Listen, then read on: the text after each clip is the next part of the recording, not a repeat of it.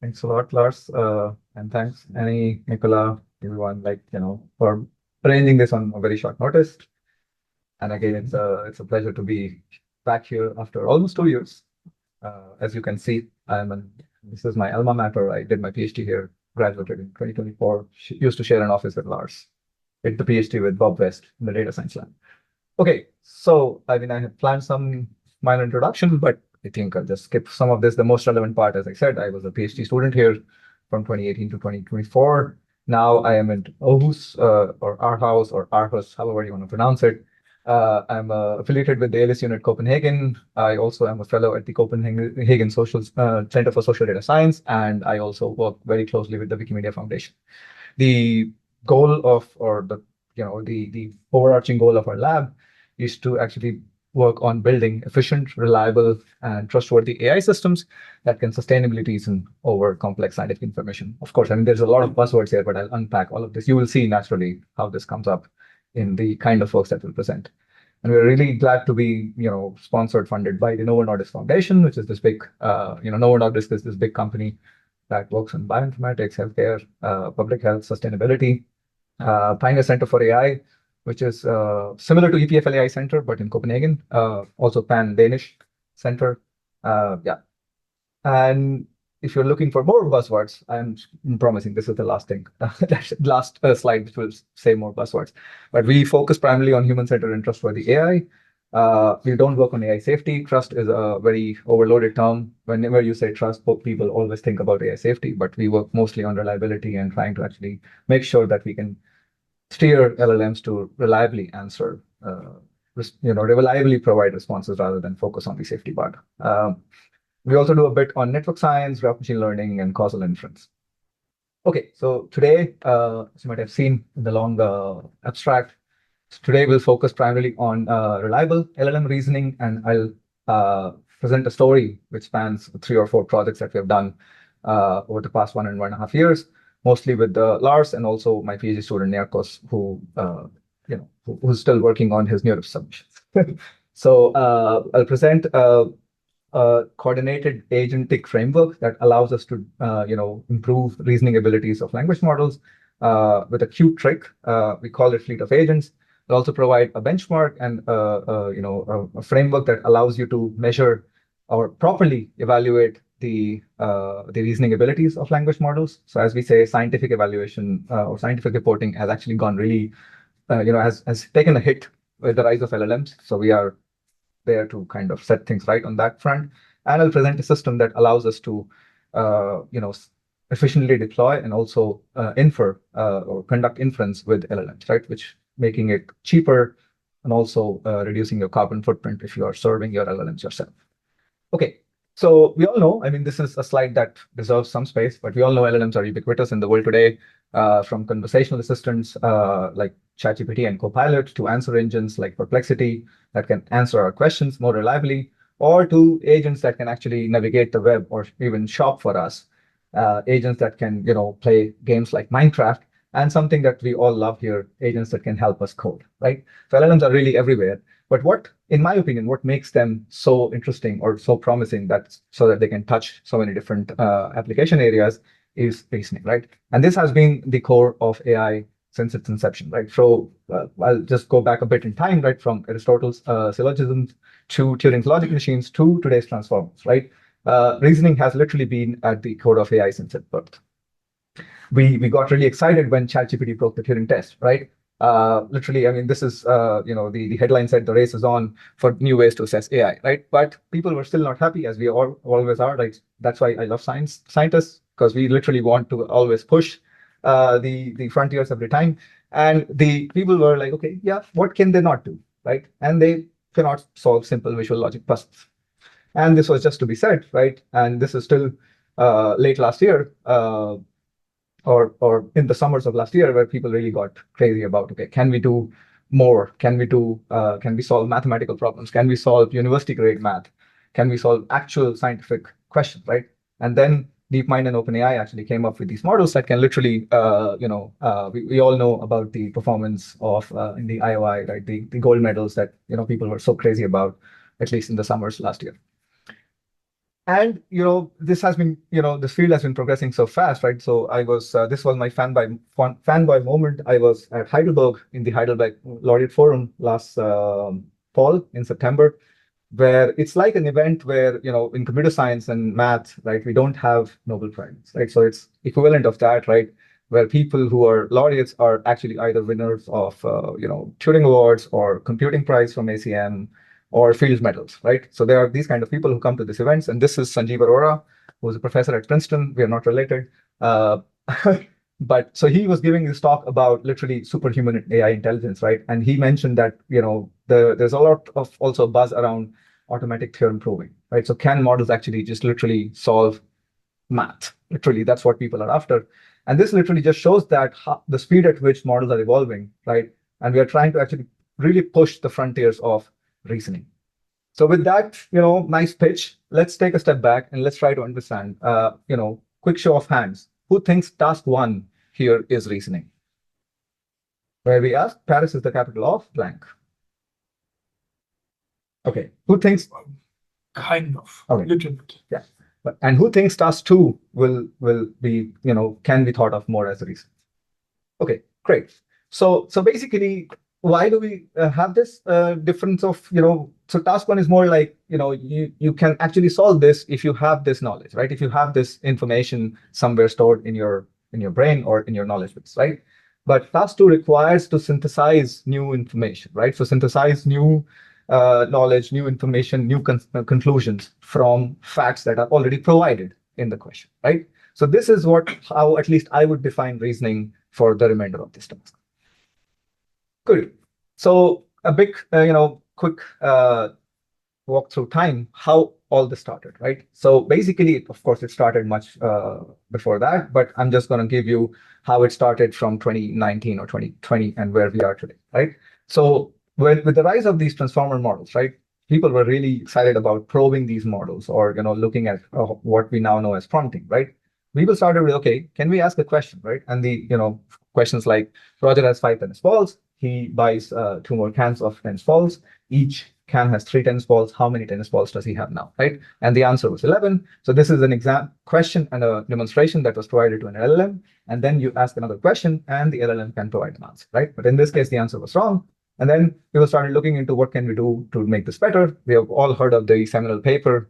At least now papers are called seminal at almost in a year if they grab, I don't know, 30, 50,000 citations. This was a paper from Google Research folks. And don't know, again, these people might not no longer be at Google Research, but this paper came out when they were at Google.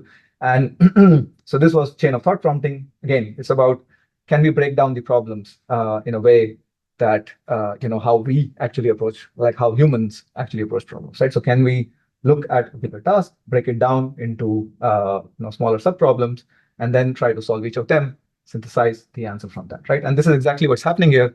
Nothing is being trained, but it's basically we're trying to do is, instead of directly providing the answer to the LLM, we provide the whole process to arrive at the answer, right? So we say, Roger started with 5 balls, 2 cans of 3 tennis balls, each is 6 tennis balls, 5 plus 6 is equal to 11, and thus the answer is 11, right? And now if you ask such a question, the model is now able to kind of just, it's not thinking any as such, but it's just, mimicking the pattern and trying to generate tokens in that same order, and is then able to provide the correct answer. Since then, we have actually moved from prompting to complex reasoning algorithms, right? So we have our regular LLMs here, which is basically we ask a question, there's a language model which can provide an answer, right? And chain of thought is what we just saw, which is basically forcing the model to take a chain of steps before providing an answer. People got fancy with this. If you can do a chain, why can't we do a tree, right? It's quite a natural extension where you have multiple parallel hypotheses or multiple chains that you can just literally roll out in parallel and then see which one leads to the answer.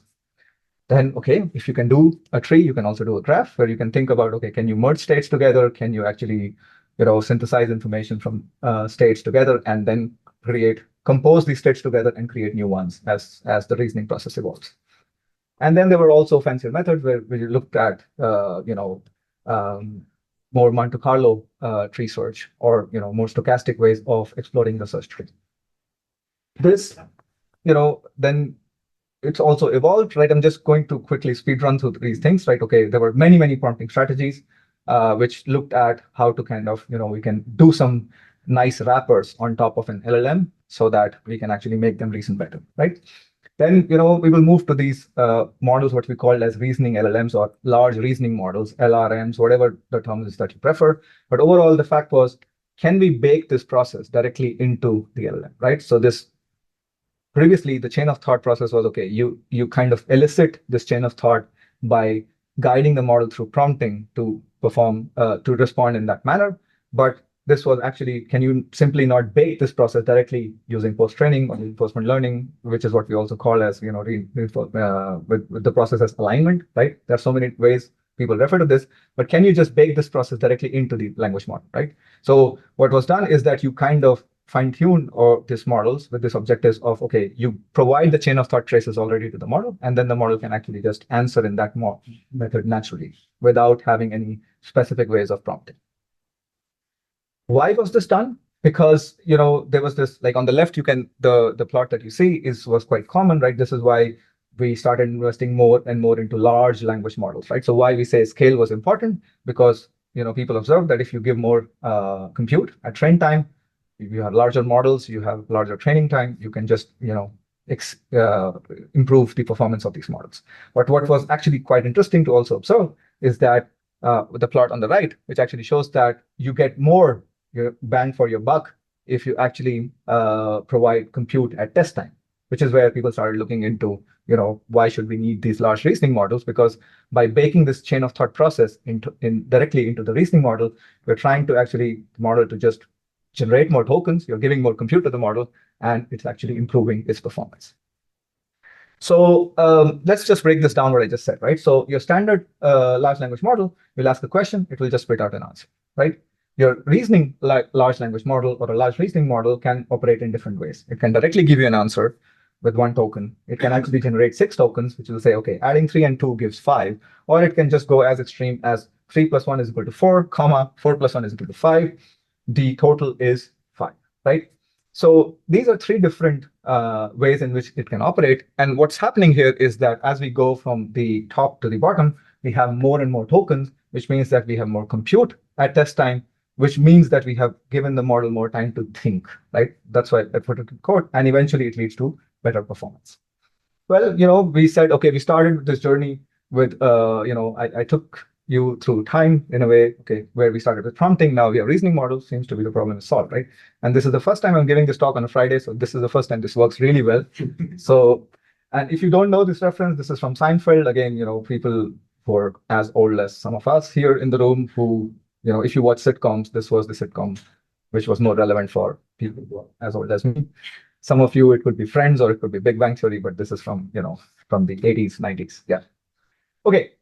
So the things that still remain is that, the open challenges that still remain are the big issues of cost and sustainability, right? As you can see, was a report from the International Energy Association, IEA, right? And this was reported that currently LLMs actually, all these Gen AI models actually consume 2% of are responsible for the 2% of global electricity consumption, right? Which is a huge number. And the projection was that this will reach around 8% by 2030, right? And this was done before reasoning models were introduced. So you can now imagine that this number will, when we say, okay, these things get doubled, right? But the point is the time in which things get doubled is also getting halved, right? So as we can see, we're moving at such a fast pace. And this is what I always say, this is a very bad idea to put the slide. This shows how the training cost increases, because this gets old even, in every 2 months or 1 month, right? So training costs used to get doubled every 9 months. Now they get doubled every 4 to 5 months. Maybe next month, we can say they now start getting doubled in every 2 months, right? Anyway, but the point that I'm trying to now make here is that the bigger cost, as you might have now sensed from the whole story that we have seen so far, the huge costs actually come from inference, right? Compare this through the analogy of high frequency trading or hedge funds, right? So they trade in margins, but they trade like they're basically the gains that they get are literally marginal, but their volumes are huge, right? That's why they make their money. So that's how we can compare training and inference, right? So the individual cost of one inference workload is quite small when compared to training, but everyone does inference, right? Now, it's like almost as Google search, right? Or Bing search, right? Now, everyone uses ChatGPT, Perplexity, Claude, whatever, to even solve simpler tasks, to plan trips, right? So the inference costs are just so huge, right? So even if the small individual costs are so low, the sheer amount of volume just makes this cost to be huge, right? Then, okay, sorry. So, and then back in the day, what we saw that, okay, just to put a big number on this, right? So O3 was launched, I think, in 2024, if I'm not mistaken, right? And late 2024. And then we just assessed, right? So how much will it cost to actually solve one task for a benchmark? This was our KGI benchmark back then. It was basically around $1,000, right? So now you'll say, okay, models are becoming cheaper. But now if you look at the flagship models of today, the cost will still be the same, right? O3 will be cheaper now. But if you do it with Gemini 3.1 Pro, yeah, you might spend the same amount of trust, right? And $1,000 for one task, even for a benchmark, it's huge, right? It's even exorbitant if you think about one task for a certain benchmark. So, and the other challenge that I would like to kind of touch upon today is that the issues of reliability, right, as I had promised. So the interesting observation is that it's not my paper, but someone observed this, that people have actually started relying on LLMs more and more blindly. And I think you might think this is quite irrational, but there was this study which shows that people actually trust an answer even more if they know that it's coming by an LLM, right? I mean, at least this never made any sense to me, but this is a published paper which really shows that people over-relied on it. Maybe it's this is the average aggregate effect that you see in the general audience, right? And the other issue that actually just complicates this even further is that the reliability of these larger and more instructable models are actually becoming poorer and poorer, right? So this plot, it's a very this busy plot, but what I want to kind of show here is that the gold lines actually shows instruction fine-tuned plots. The blue line actually shows base models. And what you can see is that the avoidance rate actually of instruction fine-tuned models actually is much. So what they actually avoid less. So they abstain less, right? They have this tendency to respond more proactively. And because they have this tendency to respond more proactively, they, even when they are not confident to provide an answer, they can provide a response, and which is what makes them unreliable, right? So this couples very nicely with this plot is that the more instruction fine-tuned models, actually their incorrectness increases with more and more compute because they have less avoidance. Overall, I just wanted to kind of top this up with this very nice, or not nice, but it's like a very, I like this story. I don't like what happened to the person, but I like the story to just say that how alarming this can be. Someone in the US actually caught the case of bromide poisoning because they just asked a docile question to an LLM, what should I do if I want to eat less salt, right? And naturally, you might have guessed now by this bromide poisoning case, the answer by the LLM was, okay, you can replace sodium chloride with sodium bromide, right? Of course, the answer was not just that. It was much more nuanced, right? But the point that I'm trying to make is that a doctor will never give you that response, right? Even with a nuanced, explanation that, okay, this might lead to this and this. So the answer was very nuanced, but the point is that this answer should never have been given, right? That's the issue. That's the issue with reliability. And that's why we need models to be more confident and abstain if they're not, right? Which kind of relates to some of the work that we have been doing with Annie, Lars, and Yusuf. But I mean, we're not going to talk about that today. Okay, so with today's talk, I'll just quickly show you, think about this is that I'll show you the kind of things that we've done, right? There are many more details around this, and I'll be happy to chat about this, at a later point in time. But think of this as teaser for these different kind of things that we have been doing. So I'll begin with this nice framework that actually improved the robustness and efficiency of LLM reasoning using coordinated agents, right? So I'll go back to this nice landscape very quickly of reasoning algorithms, right? We started with chain of thought, which you've seen. These are single query methods. These are cheap, but they are poor in quality, right? Then we can have these structured reasoning methods that can make a tree or a graph or a Monte Carlo tree search, right? And these we call as multi-query methods, right? Which are high quality, or which can be of high quality because they can explore the search space better because you are giving more budget to them to do this, but they can be expensive just because of the fact that they have more budget. Right? What the key fact that's missing here is that we need to better balance quality and cost trade-off, right? And our idea in this case was to balance exploration with exploitation. This is something that Lars and I thought in the final year of our PhDs, and we had my PhD student now who was doing his master's thesis with us back then was the guy behind this, right? So this was what we call this paper as fleet of agents. So a quick show of hands, who actually got this reference?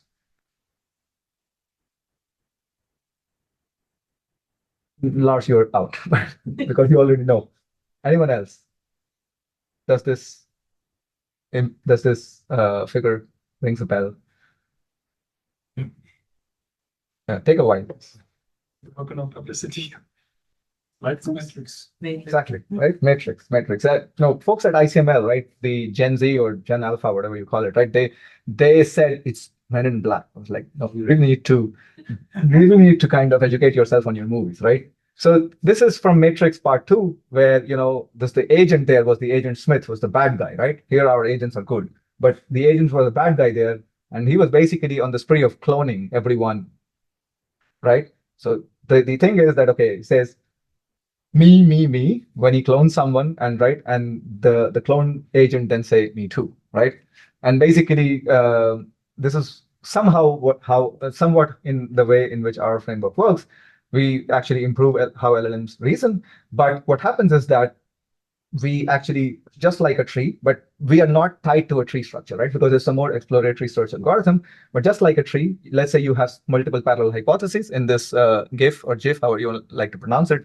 It will have 5 agents that can explore things in parallel, right? And then you assess which agent is closer to a solution, right? So these dots, the larger and greener these dots are, they actually show they are in a good state. And the redder and smaller these dots are, it means that they are not in a good state, right? So what happens in this case is that with a simple cute trick of what you can also think of this as a genetic style particle filtering, but you can also think of it as simple as resampling with replacement. So with a cute trick of, instead of choosing the best agent and letting it run again further, what we do is that, because since we have access to the whole distribution of scores of how good an agent is, what you can do is, instead of baking a deterministic cut, what tree search algorithms will do, that, let's pick the best 2 and let them explore further, right? What we do is we resample with replacement. And what happens is that with this, you can actually, what literally happens is that you are cloning agents that are high valued, which are good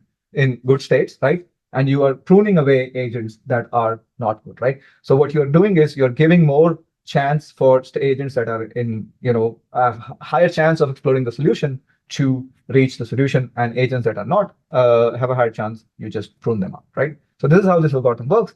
And it's very simple, but what we were able to achieve is that we got 5% better results at only 1/3 of the cost, right? That's the main important thing that we see. And because it has this nice mechanisms to also, kind of adapt as it goes towards the solution, we are also more robust. That's a byproduct of this time, right? We are actually trying to do much more with this, like Yusuf, Lars, and I have thought about more ideas to actually extend this further. Nikos is also involved with that. But we actually want to do more with adaptive search, right? So evolutionary or adaptive ways of search and reasoning in LLMs is a big thing. If you guys don't know, Adaption is also this company which raised a huge round led by Sarah Hooker, who was actually at Cohere, if that any of this rings a bell, right? So adaptive algorithms are literally the hot topic these days, right? So just to give you one more, yeah. So sorry to interrupt you, Sure. But I can't resist. I just want to say these 5% better results and 25% of the cost is us using the prompts of the baselines. Never touch the prompt. There's zero prompt engineering. We beat all of the baselines at their own game. Okay. Yeah. And if there are questions online, please feel free to also inform. Yeah, great. Good.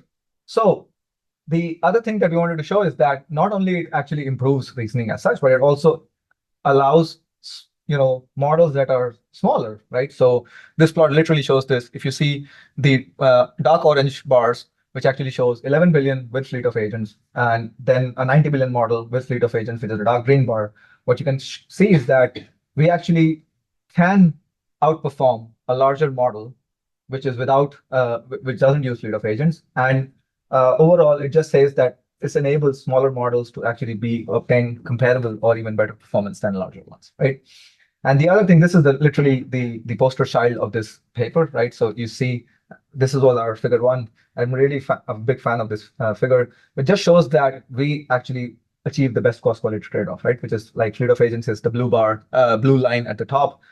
What can happen is that if you give more and more compute budget, some of these methods can or may outperform. As you can see, this gold bars are actually going up. Like the graph and the tree of thoughts can actually outperform, but it will become at a much larger cost than this. So looking at this critical case of left and top is where we shine. And this is what is also quite important in the world today. Okay, with this, I just move to another part of this talk where I'll talk about variance-aware evaluation, or which some of you will like really hear about better ways of scientifically reporting our results, which is really lacking in the, sorry to say this, but it's actually really lacking in the community. So we take the same example to say that why this is important, right? People could get really, really sick if we don't have reliable LLMs. And why this happens is because let's take another example, right? To a more lightweight example, right? So who did Muhammad Ali fight next in Houston after the so-called fight of the century with Joe Frazier? A reasoning model, I mean, if you ask the same question multiple times, will give you different answers because these are stochastic oracles, of course, right? So and that's why they shine, right? They have this ability to actually tap into the diversity. They sample from the distribution rather than just generating the next best token, right? So they can actually give you different responses, right? So these are internal reasoning traces that can happen if you look at a reasoning model, right? You can try to identify the fight of the century, what was the next fight, and so on and so forth, right? So these are independent rollouts that you can get from a reasoning model, and some of them might be wrong and some of them might be right, right? So what I'm trying to say is that there actually exists, because of the nature of these models, there actually exists a lot of variance in the response that you can obtain from these models, right? The same thing could also happen with a reasoning algorithm or a strategy. If you saw those nice tree, chain, graph-based algorithms, or even fleet of agent style methods, and there also a similar thing will happen. So a important thing is to actually literally be able to quantify the variance or the uncertainty of the response that you can get from a model, right? And there are multiple methods that do this. The simplest thing is to actually, actually sample multiple responses from an LLM and look at some sort of consistency among those responses. This is a nice, simple solution, but the biggest problem is scaling issues here. But also, more than that, it's also long horizon reasoning, right? So if you literally have your Claude code kind of agents, or even longer agents that have these longer tasks with longer documents, it can easily get out of hand if you are literally sampling multiple responses every time, taking some consistency and then moving further. It can just really be very hard for models to just keep up with this, right? You will easily exhaust the context window, but also you will exhaust the budget, but also the search space, right? So this is a key issue with such methods. If you have access to a model, right, of course you can look at the token logics. This is literally the best way still, right? Because you can just look at the distributions and then you can estimate this uncertainty. But the problem is beyond the fact that you may not have access to the model, which is a big challenge. But beyond that, it's also an issue with versatility, because these models might have been fine-tuned for a certain purpose, right? So they might have been aligned to behave in a specific way. So that will actually always kind of come in the way of assessing the true variance on raw model outputs. You can also ask the model, right? As simple as that. You can say, okay, how confident are you? But as we can see with the cases of bromide poisoning, right? Well, I don't want to rely on a model just giving me how confident am I answering a question, right? But beyond that, right, even if you can do this, the issue will be prompts, right? The things that change so fast, right? I will just show a very small image in this, one of the results here in this paper. But we all know models are very sensitive to prompts. But what we don't know is that even if we look at the reasoning models of today, right? Gemini 3.1 Pro, or the biggest, like Claude Opus 4.7, which was released 2 weeks ago, right? So the problem is, you can make these models as good or as bad depending on the prompts, right? Your companies will never tell you that. The blog posts will never say this. That they always say, okay, we have beaten, Gemini 3.1. Now we are the best, right?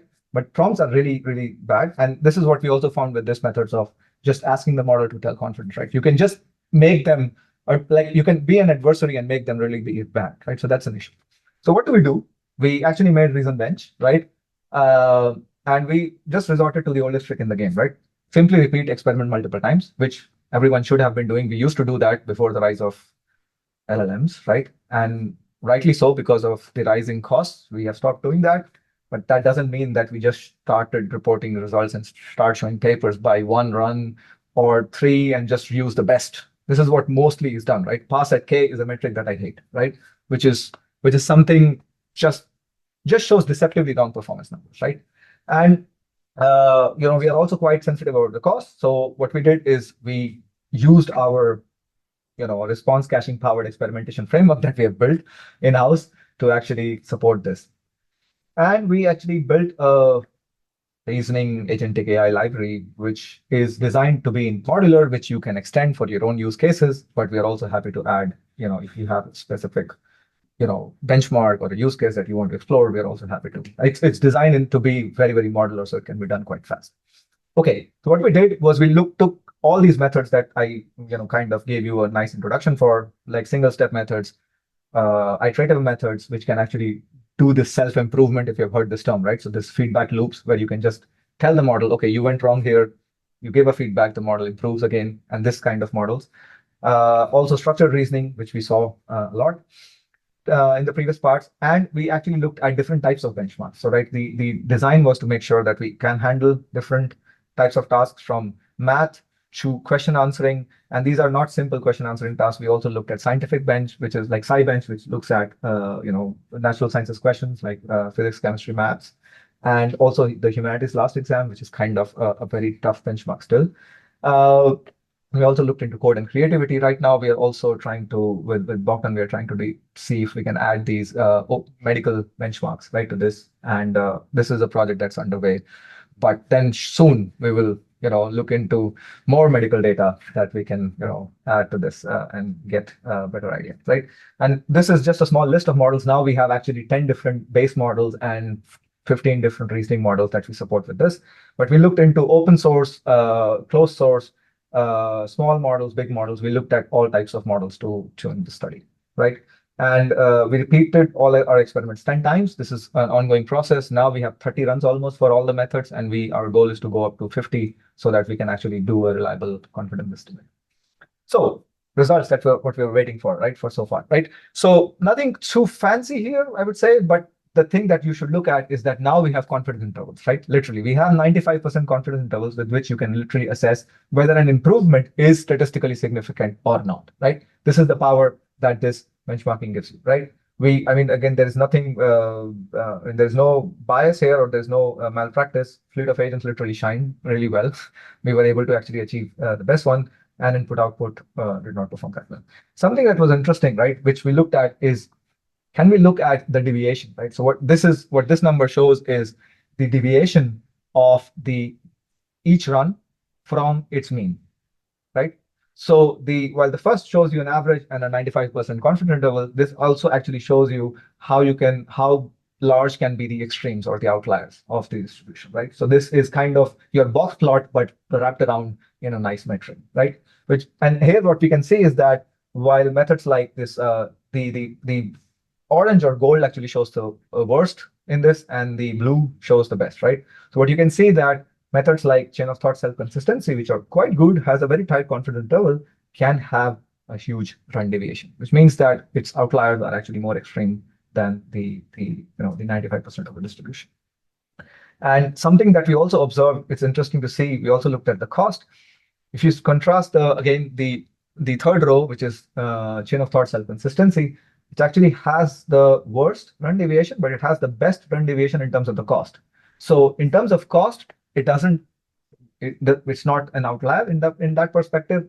It doesn't have that many outliers, but in terms of quality, it does, right? So we also wanted to show with this nice analysis that cost and quality are not completely correlated. They can decouple, and they will. So it's very important to actually look at both of these aspects.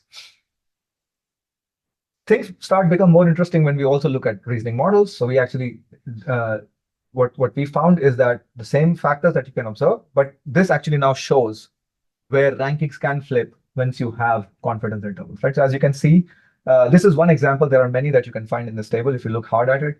But GPT 4.1 mini and GPT OSS 120 billion, right? So it's a 5% difference in their average performance, but their confidence intervals overlap, right? So this basically shows that you cannot say that this 5% absolute improvement, like 5 pp, 5 percentage point improvement, is actually substantial or statistically significant, right? This is something that has been missing so far in all the reports that we see. Literally, anyone I can challenge this, right? Any model provider, anyone, nobody reports this. And this is a huge problem in which how we are assessing the advancements in the state of the art today in this whole field, right? And the same things have also happened, right? Quen was surprisingly also a model that we found to be really large on the run deviation. We actually investigated this a bit also, right? So what happened was that this model does not perform well on certain tasks, right? And so for certain tasks, it has huge outliers, which actually affects a lot. But the point is, this metric allows us to actually find such cases which are actually not visible when you just look at the average and the 95% confidence interval still, right? Okay, then this is what I said. I'll show a specific plot, which will talk about robustness to prompts or sensitivity prompts. And what we see is that you can improve the prompts, right?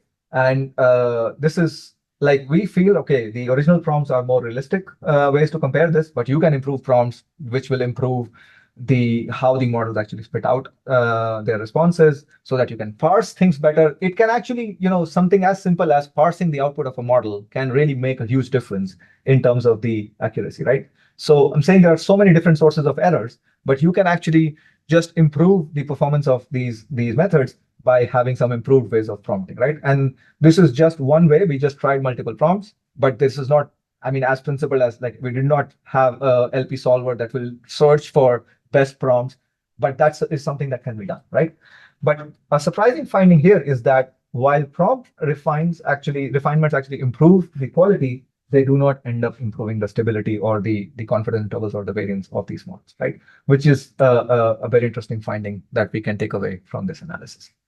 Finally, I would like to just show this plot again, which shows that on the left we have this right, like the scaling laws for train time, and on the right we have scaling laws for test time. But is this true?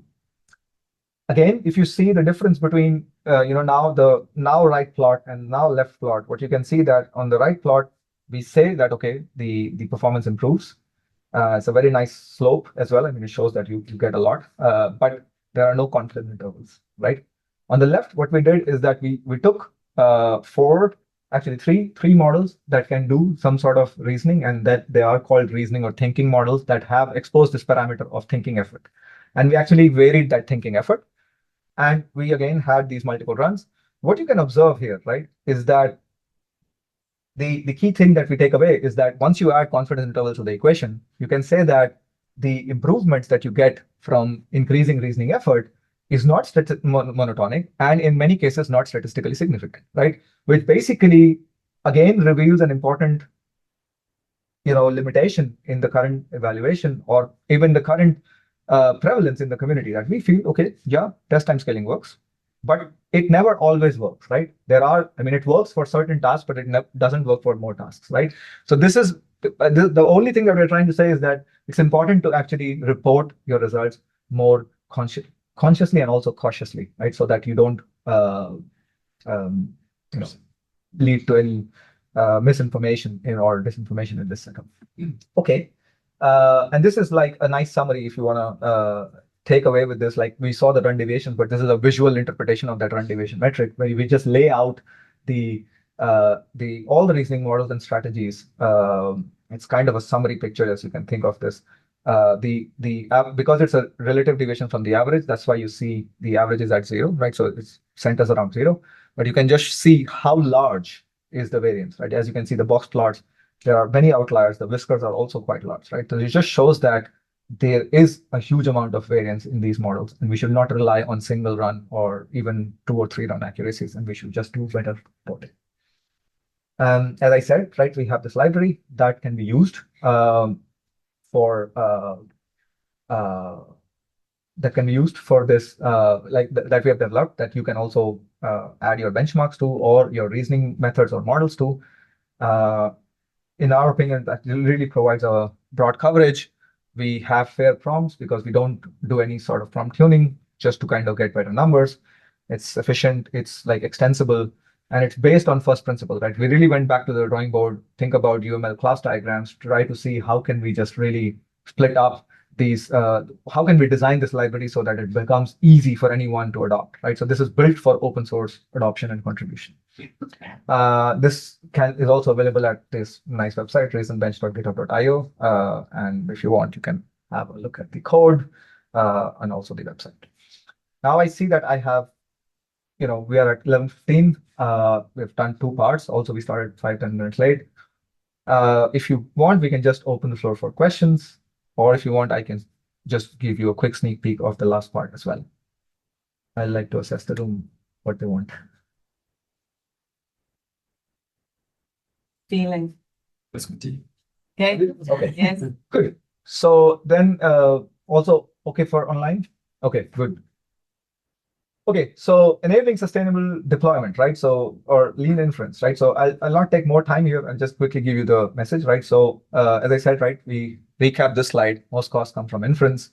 OpenAI O3, $1,000. So that's your, bring this, like load this into your context so that you can, talk about these aspects. Okay, so the question that we set out to ask is that how do we really tame the beast, right? And here I found this very nice image on the web where Zuckerberg is sitting on top of a llama to literally tame the beast. Anyway, so we thought, okay, what's the core principle that we can exploit, right? And reuse is kind of a common occurrence across different fields, actually, I mean, in different fields, computer science, engineering, in many places, right? Just to give an example, right? We have always been a fan of caching, right? Started from computer architecture, operating systems, but now it's used at different places. Dynamic programming for those who do more theory work or algorithm design, right? We all love our dynamic programming algorithms. Databases, right? We think about materializing our views, right? So that we can actually store the responses to some query results before we actually answer them. Distributed computing, big data systems are all based on this. Loop MapReduce, now Spark. We cache these, these small data frames into the memory, which is also called in-memory distribution. Then we think about compilers, with architecture. Everywhere, reuse is a common principle. Something as simple as software development, where we define, functions, right? And we reuse those functions. We don't write the same piece of code again and again, right? We just define functions and we just call them again. So the reuse has been the core at many different aspects, right? And what we claim is that LLM inference is no different. Just one quick result is that 15% of LLM queries, what we found in one public data set called LiGHT, which was released by Allen Institute of AI, AI2, which is a nonprofit tied to UW, right? And there in that data set, we found 15% of these queries are different, right? Some of them were also hot queries, like what is the weather today, right? Or what is the weather now, right? But still, there are some queries which are times, which literally were different. So we started with this premise, and we also looked at what actually happens under the hood in the model, right? So let's look at this 2 questions.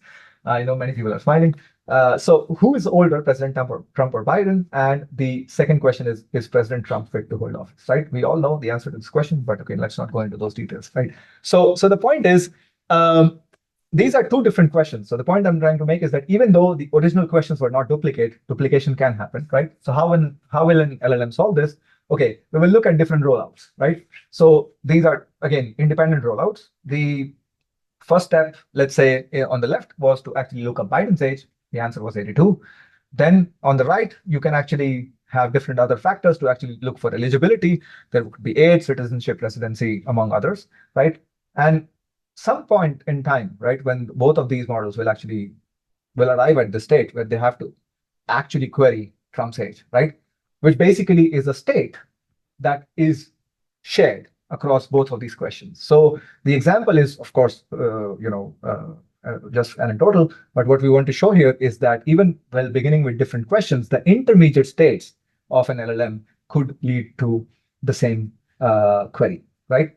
And this basically happens across different places, right? We actually looked at tasks like hyperparameter tuning, benchmarking, where actually you're trying to search for the best configuration of your model, which one works best, right? If you think about ablations, where you want to say, okay, this is an example of a Monte Carlo tree search where you have different aspects. Okay, let's say, what if I remove simulation, right? What happens? So in these cases, what can happen is that when you run these things multiple times, your internal intermediate states of the LLM, how it actually performs, could have a lot of sharing, right? And this can also be quite true for, I'm just trying to get the creative juices flowing here to show what kind of applications this can happen. And the list is large, right? It can be LLM as a judge. It can be retrieval augmented generation systems, multi-agent systems. In all these kind of cases, there will be a lot of sharing, right? And reasoning is what we set out to look for because we were so excited about this. But slowly what we have done is that we have now actually shown in all these cases. Right now, we have actually last semester, a very nice master student performed a pipeline for retrieval augmented generation using our system. That shows it works there. And now 2 groups of undergrad students are working for their thesis on LLM as a judge and multi-agent system applications. And there also we are seeing promising results, right? So, but just to show you some numbers, right? What happens is for reasoning, right? What we found out is there's a huge amount of duplication, right? So the green bars actually here shows the amount of duplicates that can happen when you count also the intermediate duplicates, right? So what happens is overall, just to give you one aggregate number, about 65% prompt reuse, if you think about real world LLM reasoning workloads. And I just already told you, right? Even if the original questions are not the same, if you look for all the intermediate queries that will happen, this will lead to a really large number. And this is what we found in real workloads for reasoning was 65%, right? And in the current, if you work with LLMs, if you serve LLMs, right, or if you kind of conduct inference with LLMs, you might have heard the terms like VLLM, SGLang, LangGraph, right? These are quite popular tools. And they rely on some kind of trick called KV caching, right? And this is quite common, right? All inference optimization engines focus on KV caching. It's like a really hot field, right? In fact, if you don't know yet, 2 months ago, VLLM actually raised a huge round. They raised $150 million. They started as an academic project. Now it's a big company, right? But there are problems to this. Problem is that you require access to the model because they operate on tokens, right? So they actually you cannot plug them into your frontier models that you're just using behind an API, right? And there is also overhead because they actually run on the client or on the servers where you're serving these models. So there is also an overhead of memory because they are trying to cache the KV. They're basically storing the KV cache, optimizing it, and so on and so forth, right? I wanted to mention, right, we built this system called CacheSaver, right? And I'll just tell you what CacheSaver is. But before I tell you what it is, I want to tell you what it's not, right? So it's not a new model or an inference engine or a KV caching technique, right? So it's the name has cache, and there's a pun here, and we call it CacheSaver. It uses some sort of a cache. It saves your cache, right? Lars and I came up with it. It's complementary to the systems that I just told you about, right? VLLMs, SGLang, because they work on these servers that you need to deploy them. They work on the token level. On the other hand, CacheSaver is a middleware which sits between your model and the user. So it's closer to the client than the server, right? And what it does is that it's a plug and play system that looks at response caching. It does not look at the token level, but it actually looks at the full outputs, the full model outputs. Thus, it's not memory heavy because we just cache the full responses, right? And we cache on the client side, so it can be used anywhere. Also has a lot of implications. I see Martin is sitting here, so I can also use this fact to say that it's privacy aware, because it, there is no, the client can just own the cache and choose not to share with anyone, right? So, and the bigger thing that we actually answered in this, right? It's not as simple, a dictionary with just, is a cache which anyone could do. The biggest problem here is how can we ensure that a model that is designed to be stochastic by nature, right? Oracle that is stochastic, which is our LLMs, which are generative in nature. How can we make sure that we can still reuse, but still not make them deterministic? And that's a thing that is at odds at each other, right? So literally there are 2 opposing objectives where if you cache and reuse, you will make things deterministic, right? On the other hand, if you don't do that, you don't save anything, right? So these are literally conflicting objectives. And we set out to solve this. And we made this tool, which I'll just tell you how this works.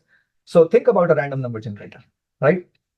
So if you see on the left, right, if you just ask to generate different random numbers, so the first we ask 3 numbers between 0 and 9, then 2, then 5, right? Every time you will get a different result, which is how the random numbers are supposed to work. But if you fix a seed, right, a lot of you would kind of really see this. We always fix a seed, right? When we work with ML models, right, we say, okay, seed 42, right? What happens then is there is a pattern that you can see in on the figures on the right, right? The pattern is the sequence become deterministic, right? So the prefix are shared. If you ask 3 numbers with a fixed seed, you get 637. When you ask 2, you would actually get 6.3, right? And if you ask 5, you will get 6.3746. So the numbers are still being sampled, right? But the sequence of these numbers is deterministic. And this is what we call as pseudo-randomness, right?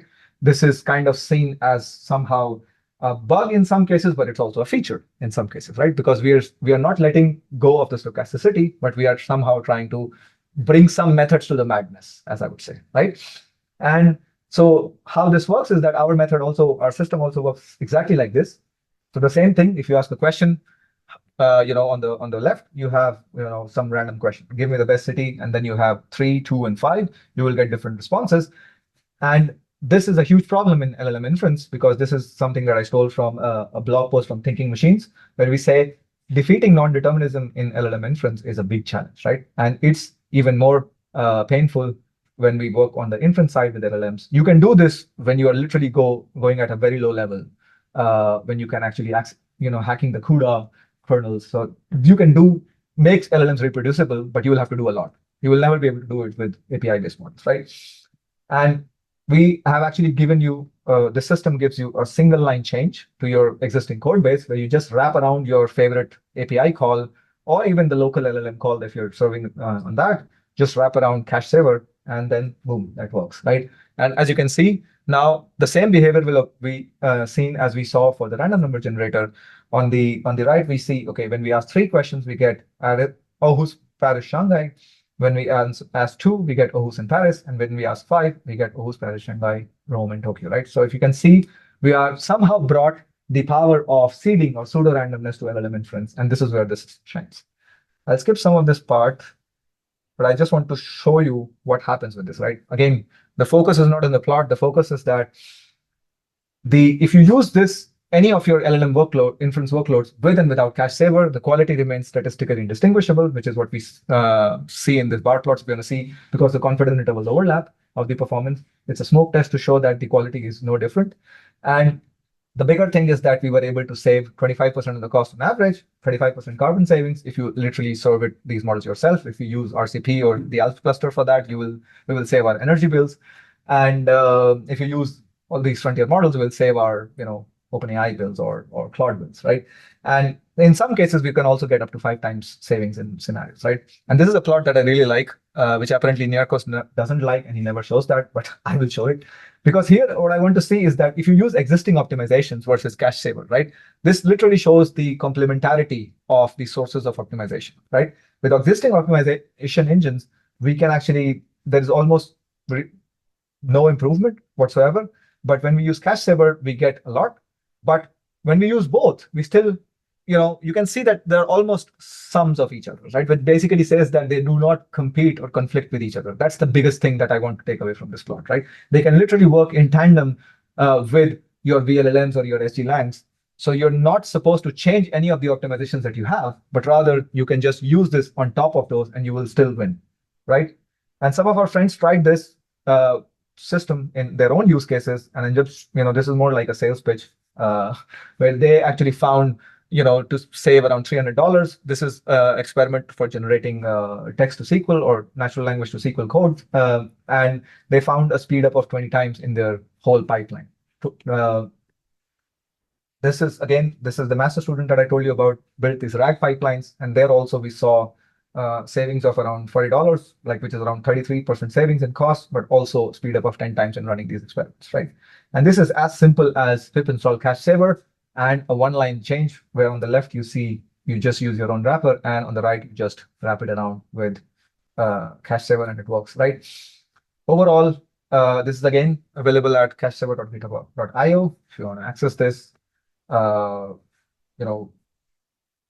we are also happy to help you build your own use cases if you have. And because there is some learning curve to how to program with CacheSaver, right? I said it was a one-line change, but it is a one-line change still. But if you want to use it correctly, if you want to be, again, as I said, a responsible use of this system, it comes with any system, right? You need to read the documentation so that you can program properly. We can help you with that. The only thing that you need to figure out is that something that I skipped here is that how do you set up your namespaces is how we actually, it's under the hood, how we kind of made the system to shine and work. But literally, if we sit in a meeting for 30 minutes, we can understand how you can program your namespaces, and we can literally help you do that. We can give you suggestions on how you should construct your own namespaces, and we are also happy to do it for you if you want, right? So that's why I say it's really, I mean, Lars and I say this a lot, right? There is no reason why you should not use this. Everyone should use this, right? Because just a single, you just see an example, a single academic lab with 3 PhD students, right? And also, I mean, some friends, but overall, we have saved $10,000 in our OpenAI bill in the past 1 year. Sounds like a very good Christmas party. Yes. Yeah. Right? And this works with every major LLM provider, right? Oh, yeah. I want to follow up on this. You have to use it right. It's not like it will do anything wrong, but if you think about the NumPy seeding, if you do NumPy random seed 32, after that it's pseudo-random. If you use it again, kind of restarts, get the same sequence of pseudo-random numbers again, you do this in strategic places, then that reuse helps you a lot. It's basically out of the box fine, and it will save you. It will make your results reproducible and faster and whatnot. But if you're a bit strategic about resetting the seed, then it will save even more. And if you count that, it's a light lab promise. If you count how much you've saved, I can guarantee you're going to spend it on Christmas stuff. We can count that. Yeah. Okay, so I would like to kind of thank all the collaborators who actually collaborated with this piece of works, right? My PhD students on the top row, some external collaborators, also Lars, who's at LiGHT. I couldn't find the LiGHT logo now. I have found one, so it's a bit too late to kind of replace this. And also, I've been very close friend at Microsoft Research, and Laurent also, I mean, who was also EPFL alumna. He's now a group leader at Max Planck. Lives very close by in the region. He's from Bo. Okay, so with that said, thanks to all of you for listening to me ramble for 1 hour. Pleasure to be here.